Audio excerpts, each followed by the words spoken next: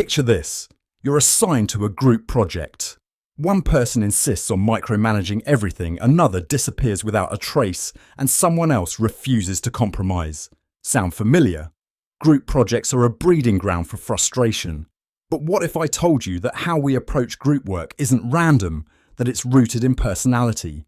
Today, we're decoding why each MBTI type struggles with group projects, and I promise you'll leave knowing exactly why you hated working with that one teammate or why they hated working with you. Let's dive in. Chapter 1. The Introverts, Overthinking and Overwhelmed. Introverts often struggle in group settings. Why? Because they thrive on solitude and focus, not noise and multitasking. 1. ISTJ, the duty-focused organizer. ISTJs hate group projects because they see teamwork as a logistical challenge. They crave order, structure, and practical outcomes, but in a group, chaos reigns. If others don't stick to the plan, or worse, have no plan at all, ISTJs quickly lose patience. Their mantra, "I'll just do it myself." 2. ISFJ, the overburdened caretaker. ISFJs genuinely want the group to succeed, but their tendency to take on too much leaves them drained. They'll quietly fix mistakes, take over neglected tasks, and make sure everything is perfect. But deep down, they hate that no one else notices their sacrifice. 3. INTJ, the uncompromising strategist. INTJs excel at seeing the big picture, but group projects, they're a nightmare of inefficiency.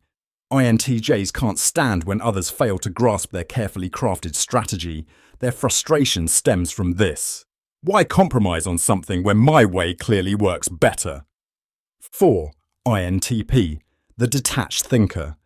INTPs are idea machines, but group projects force them to follow rules and schedules, two things they hate.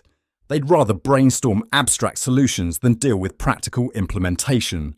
If the group lacks creativity, an INTP will mentally check out, leaving others to handle the boring parts.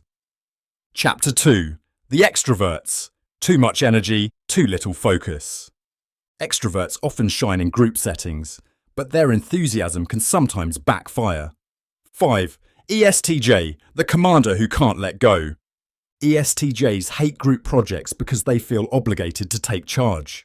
They can't sit back and watch inefficiency unfold. They have to fix it.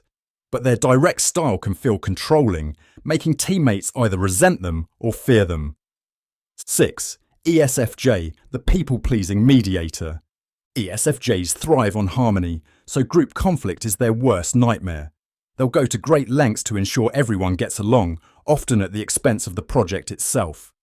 Their hatred of group work stems from this balancing act. How can I make everyone happy while still getting the job done? 7. ENFJ, the visionary who feels let down. ENFJs are natural motivators, believing in the power of collaboration. But when teammates don't match their enthusiasm or fail to meet deadlines, ENFJs feel disillusioned. For them, the hardest part of group work isn't the task, it's managing their own disappointment in others. 8. ENFP, the dreamer distracted by possibilities. ENFPs love brainstorming, but sticking to one idea, that's the hard part. In a group project, their creative energy can feel scattered, especially if the process gets bogged down in details. What they hate most is when teammates reject their ideas without exploring the potential. Chapter 3. The Realists, Balancing Logic and Action. The practical, action-oriented types face their own set of frustrations in group work. 9. ISTP, the problem solver who wants control. ISTPs hate group projects because they value efficiency. Endless debates about feelings or hypothetical scenarios drive them up the wall. They'd rather tackle tasks solo, tweaking things as they go, than waste time waiting for consensus. 10. ISFP, the quiet creator who feels undervalued. ISFP'd bring creativity and thoughtfulness to group work, but their soft-spoken nature often leaves them overlooked. What they hate most is when their contributions are ignored, or worse, when someone else takes credit for their ideas. 11. ESTP, the doer who loathes the prep work. ESTPs are action-oriented. So the planning stage of a group project feels like a necessary evil. They want to jump in and start doing, not sit around debating logistics. Their impatience can sometimes come off as recklessness, but in their eyes, they're just keeping things moving. 12. ESFP, the performer who craves recognition. ESFPs bring energy and enthusiasm to group work, but they hate when their contributions go unnoticed. They thrive on positivity and interaction, so serious, methodical projects can feel stifling. For them, a group project without fun is barely worth doing.